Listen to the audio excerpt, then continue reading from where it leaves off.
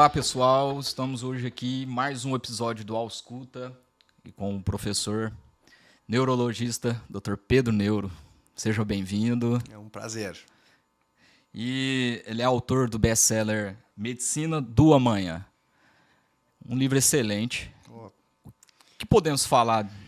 O livro é um reflexo de uma experiência de 20 anos dentro da medicina e um descontentamento com o que eu estava vivendo. Eu me lembro que, quando eu passei no concurso para ser professor da Universidade Federal do Rio Grande do Sul, eu me dei conta de duas coisas. Primeiro, ao fazer os exames admissionais, eu vi que eu estava com insuficiência renal, 1,8 a minha creatinina. Não está legal. Estava com 116 de glicose e o meu raio-x estava cheio de estrias, porque eu tinha trabalhado um tempo na emergência como residente. Então, deve ter pego uns bichos brabos lá. Cara, no momento que tu passa para ser professor, tu vê isso no exame admissional. Fazia 4 anos que eu não fazia exame. E, ao mesmo tempo, no meu consultório, eu não estava tendo resultados na mesma nível que eu estava ingressando como professor. Eu devia ter grandes resultados. Mas, na verdade, eu era um exímio prescritor de antiepilético, antidepressivo, antipsicótico, anti tudo. E os resultados, os pacientes voltando e tal, eu não me via. Deu aquela síndrome de impostor, sabe? Me tornando um professor e, ao mesmo tempo, doente e não performando bem no consultório. Que raio é isso? E eu perdi meus colegas. Perguntei para um colega meu, nefrologista. Olha aqui, a minha creatinina está assim, está assim, está assim. Vamos marcar uma consulta. Ele disse, cara, tu tá bem? Tô. Quem procura, acha. Para com essas histórias, Pedro. Para de incomodar. Tu tá bem, velho. Vai tomar água. Em outras palavras, o que ele me disse? Fique doente e volte. Aquilo ali caiu a ficha. E aí eu fui ter que ir em busca de outro tipo de medicina que não era aquele que está no Cecil e no Harrison. E, nesse momento, eu tinha estado já um ano em Harvard, eu decidi dar uma guinada. Então, eu fui para o outro lado dos Estados Unidos, Califórnia, onde as pessoas pensam de uma maneira mais libertária, mais aberta, fora da caixa. Eu não gosto muito da expressão fora da caixa, eu gosto da expressão ampliar a caixa. Mas tudo bem, eu fui para lá. E visitei várias faculdades, congressos, conheci pessoas que naquela época ainda não eram tão famosas, como Mark Hyman, como o Ray McCauley, como o David Perlmutter, como o Jeffrey Bland, caras da medicina funcional integrativa, que atuam mais na raiz do problema ao invés dos sintomas, que é a característica do mindset médico, né?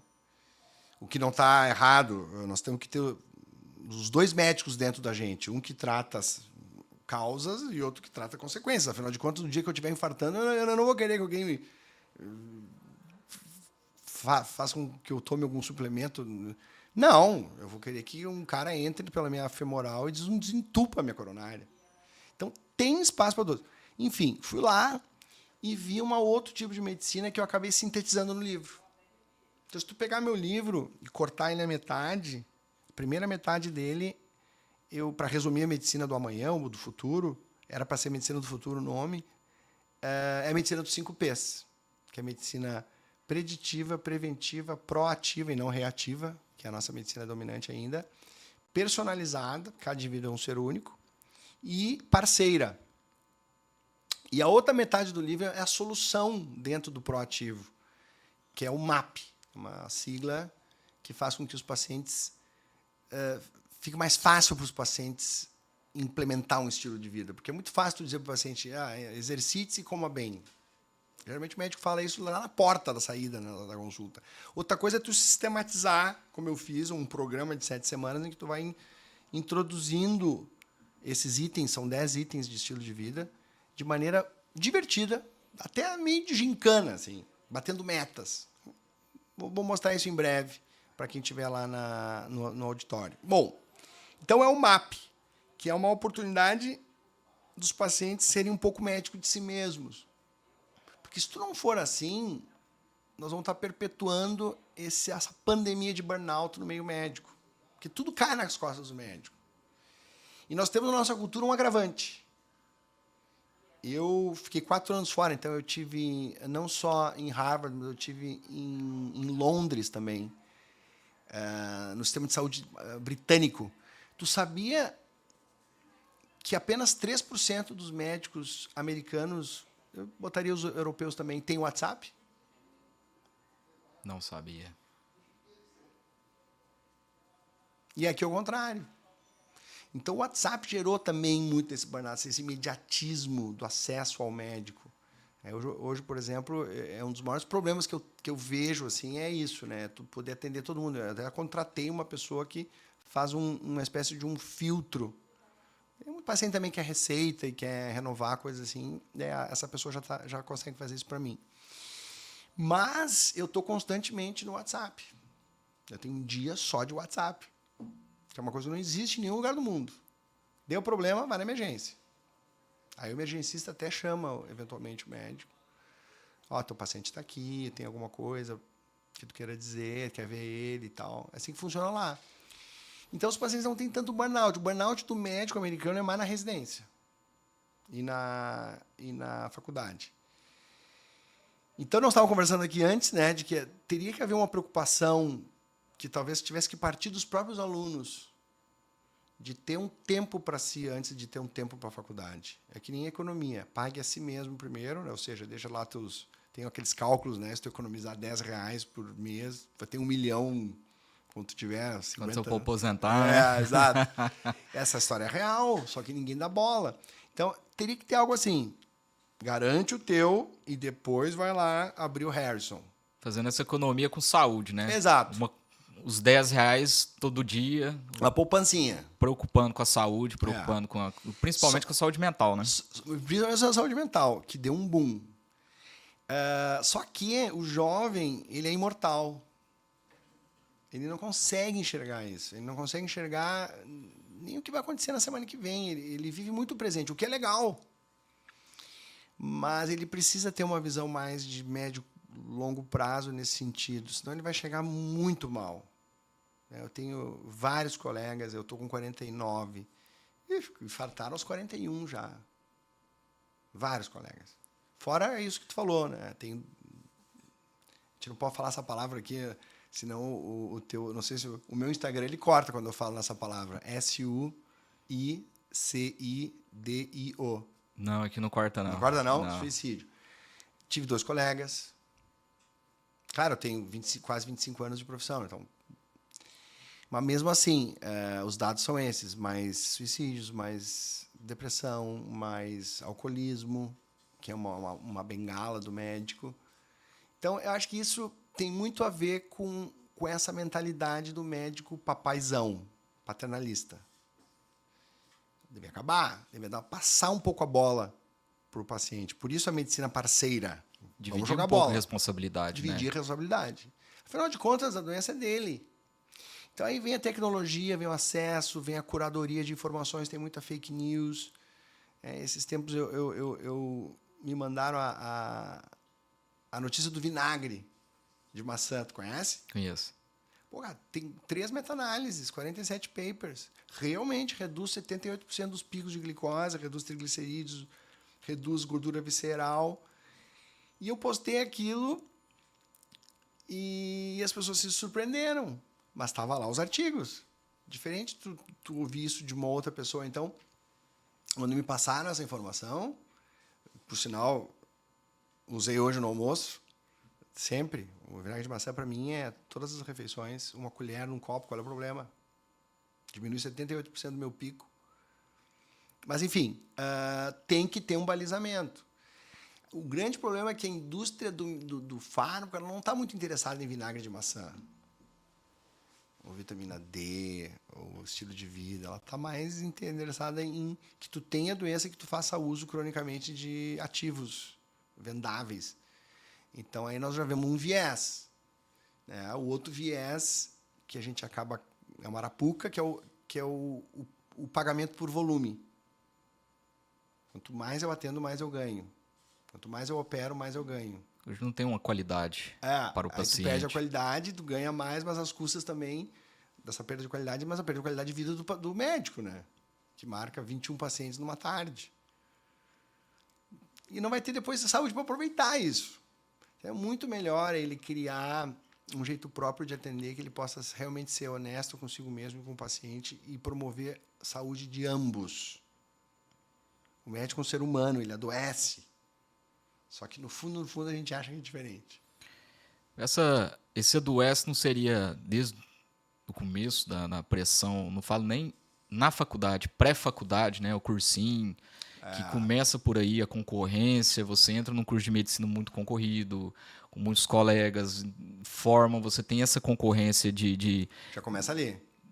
estudo vem a prejudicar a saúde mental e tornar um médico já prejudicado nesse sentido. Com certeza. Então, por isso que a pessoa tem que buscar ajuda, tem que ter um estilo de vida minimamente aceitável. Porque se tu tem um estilo de vida muito ruim, tu liga teus genes para depressão, ansiedade, TDAH, etc. Tu te inflama, tu prejudica a tua performance profissional até. E até a tua performance dentro da psicoterapia.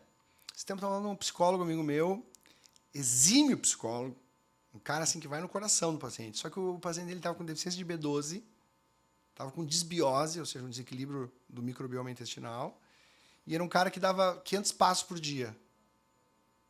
Então, por mais que ele fosse um bom psicólogo, eu nunca vi psicoterapia melhorar B12. Então, essa visão funcional integrativa que os médicos têm que ter, a faculdade, todo mundo tem que ter. Então, talvez a minha depressão, a minha ansiedade não seja um problema paternal, um conflito lá da minha infância, que pode ocorrer, na verdade, 80% dos seres humanos têm algum trauma. Chama efeito adverso da infância. Se tu for cavocar, vai ter. Todo mundo tem. É incrível isso. Mas existem maneiras de sublimar isso.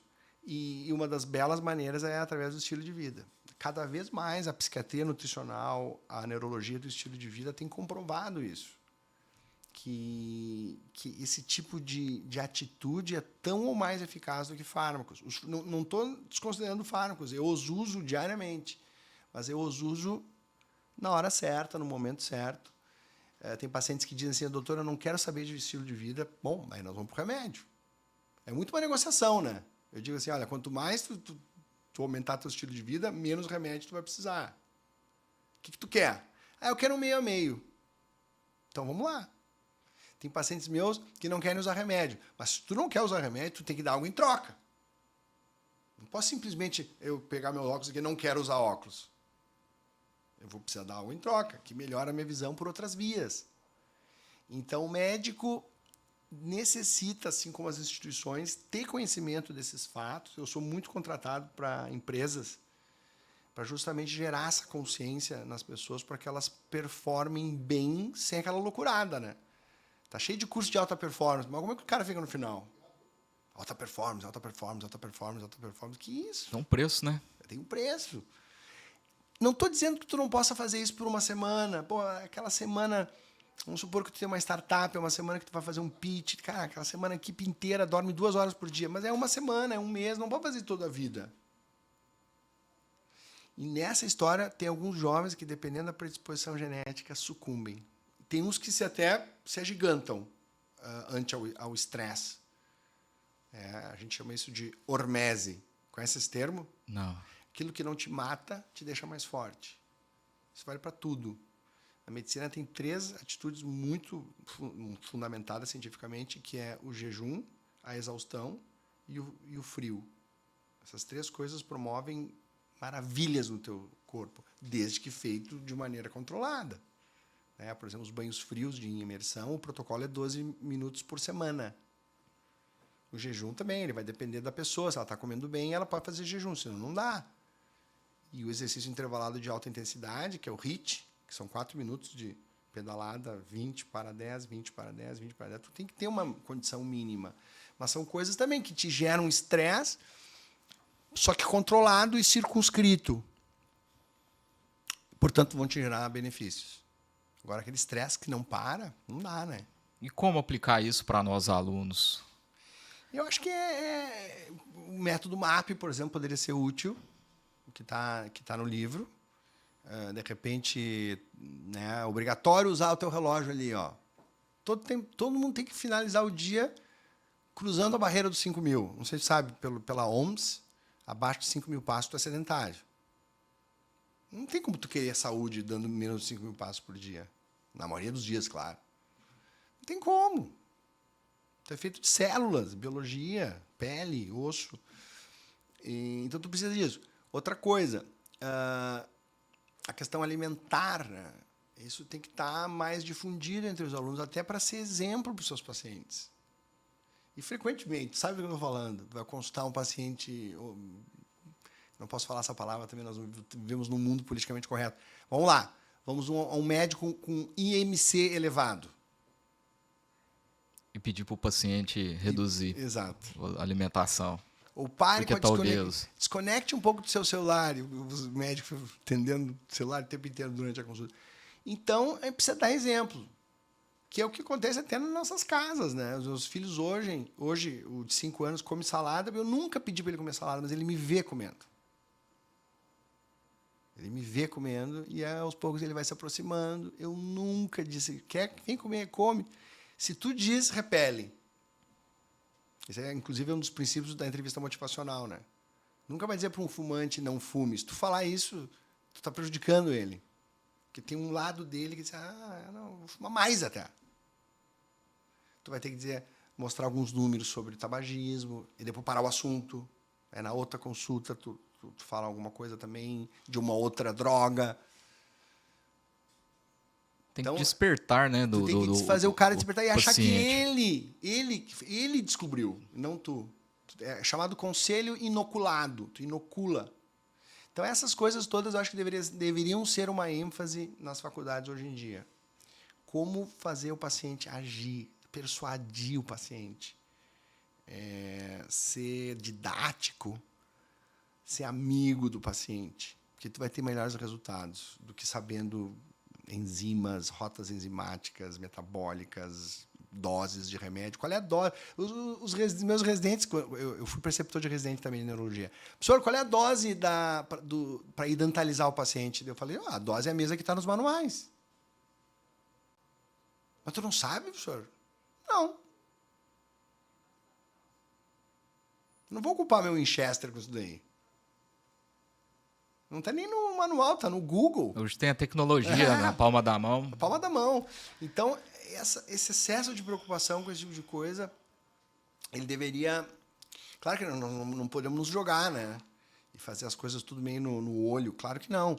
Mas devemos dar mais ênfase para esse lado humano. Mas é que muitas das vezes o que o paciente quer não é um remédio, é a atenção. Muitas vezes. Às vezes, não.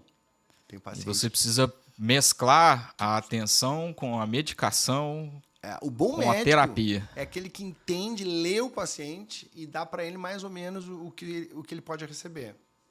Então, às vezes, tu quer ser íntimo ou mais persuasivo e o paciente não está nessa vibe. Tem que sentir. Tem que sentir. Outros não, outros vêm apenas para conversar, literalmente. Vários tipos de consultas, né? Por isso que eu recomendo muito esse livro de entrevista motivacional. Depois eu vou te passar a bibliografia correta, porque ele te dá essas ferramentas que não são ensinadas. Ensinada no campo. Elas são ensinadas lá na Federal, sabe aonde? Na cadeira de psiquiatria, na parte de adição por drogas. São os que mais precisam, né? Um viciado em crack, ele tem menos de 5% de chance dele parar, né? Então, tu precisa ter persuasão, né? E foi lá que eu descobri essa visão.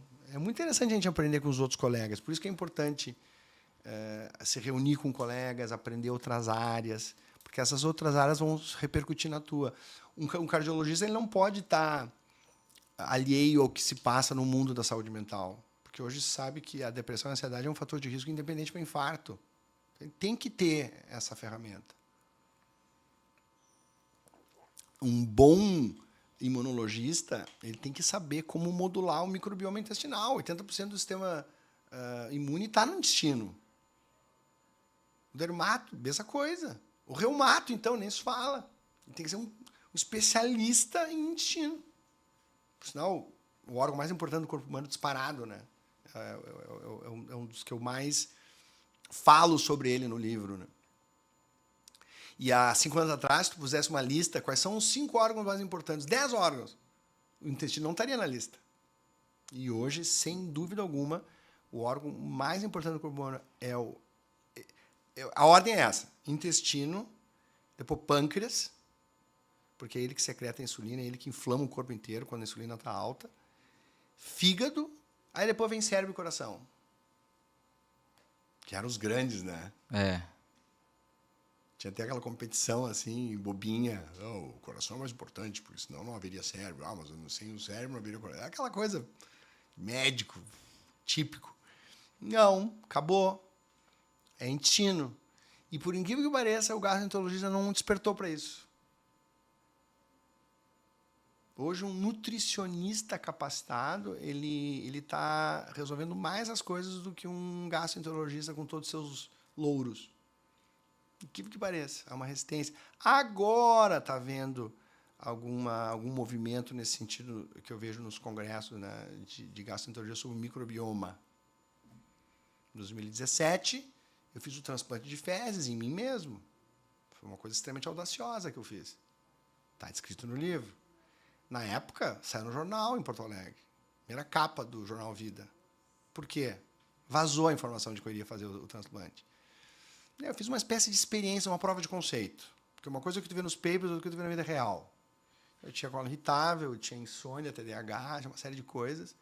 E eu queria ver se mudaria isso no meu cérebro. Eu também fiz ressonância funcional antes e depois, além de me monitorar todo. Enfim. E esses tempos me procuraram, a 0 Hora, o jornal local de Porto Alegre, grande jornal de lá, me procurou para uma entrevista porque em Harvard estava abrindo o primeiro banco de fezes nos Estados Unidos para usar para transplante. Então, 2017, 2023, 5 anos. Não, foi 2018 que eu fiz o transplante. São 4 anos. Não, 5 anos. 5 anos. 5 anos. Como as coisas mudam, né? Passou muito rápido. De um cara... Eu tive problemas no Conselho Regional por ter feito esse procedimento. Porque não tinha indicação, era só para Clostridium difficile, né? Que é só a colite pseudomembranosa. Não havia indicação que não fosse essa, mas eu fiz. E aí houve rumores, enfim, de suspeitas de que eu estava indicando isso para meus pacientes, aquelas coisas todas. Enfim, então eu caí tipo numa CPI, durou 4 anos. Até que as pessoas se renderam de que isso era algo que não era totalmente descabido, né? E está sendo utilizado agora, se eu não me engano, nos últimos guidelines de cólon irritável, está previsto o transplante de fezes para alguns casos. O autismo, né? O professor Alessio Fasano, que é um dos professores do meu curso, professor de Harvard, fez transplante de fezes em pacientes autistas com melhora de 80%. É o nosso segundo cérebro. Então, por isso, foi aí uma das vias de entrada minha nesse mundo funcional integrativo que eu tanto admiro, embora, como tudo, tem picaretagem. Como tem o cirurgião ortopédico que bota pinos onde não precisa, quando tem o psiquiatra que enche o cara. Enfim, tem picaretagem tem todas as especialidades. Mas a funcional integrativa eu vejo assim como uma coisa que, no futuro, vai ser institucionalizado nas faculdades e, se não for, pode ser uma bela sugestão para quem está nos ouvindo. Investir nessa visão. Ela vem conquistando os pacientes cada vez mais. Eu não sei qual é o teu grau de consciência disso, da medicina funcional integrativa. Sim. Já foi chamada de várias coisas, de ortomolecular, de coisa. Enfim, mas hoje ela está bem embasada. Sabe que algumas pessoas se aproveitam disso e fazem coisas mais escusas, né, como os injetáveis e coisas assim que são antiéticas. Mas, como eu te disse, quem faz a coisa séria resolve bastante coisa. Coisas que, às vezes, especialistas não resolveriam. Eu te citei exemplos de Parkinson e Alzheimer. Muitas vezes os especialistas eles ficam muito presos naqueles medicamentos clássicos e ficam cegos para outros fatores que estão botando fogo nessa doença. né? Resistência insulínica, estresse oxidativo, alergias alimentares, toxinas ambientais, endotoxinas, uma série de coisas a serem avaliadas. E os avanços tecnológicos na área neurológica, no tratamento de Parkinson, no tratamento de Alzheimer, no tratamento de doenças degenerativas, como que está essa... Os avanços eles estão muito focados na consequência, não na causa do problema. Por isso que não acabam não vingando. Então, enquanto essa mentalidade não parar, essa mentalidade mais dinheirista, de uma pílula mágica, a tecnologia ela vai ficar trazendo coisas, mas sempre com resultados parciais. Estou falando aí da estimulação cerebral profunda, estou falando dos anticorpos monoclonais. Imagina, a doença de Alzheimer ela tem pelo menos 36 mecanismos atuando. Quando tu dá um anticorpo monoclonal visando acabar com a proteína beta-amiloide, que é uma consequência, não é a causa da doença, tu vai estar tapando um buraco, tu vai estar faltando 35. Sendo que tu vai pagar o preço de um carro por mês. Então, essa mentalidade tem que acabar. E tá na mão de vocês, viu? Os jovens. Tá? Porque, infelizmente, às vezes, isso está no meu livro também, a medicina como... A ciência, como Max Planck profetizou, né? Ela avança de funeral em funeral. Não era para ser assim. E eu mostro um exemplo no meu livro de um médico antigo que foi no meu consultório com o seu paciente na mão para ver o que eu estava fazendo. Ele foi tipo um curador dele, para defender ele de uma medicina que não estava ainda muito clara para esse paciente. Foi muito legal. Eu descrevo isso no livro. Então, esse evento, eu disse, Max Planck estava errado. Tem muitas pessoas de mais idade que têm cabeça aberta e estão a fim de mudar. Só que é difícil tu convencer alguém da verdade quando o saber da verdade vai implicar na redução do seu salário. É muito difícil. Essa é uma frase do Upton Sinclair. Como é que tu vai convencer o cara a parar de fazer o que ele está fazendo? A princípio ele vai ganhar menos.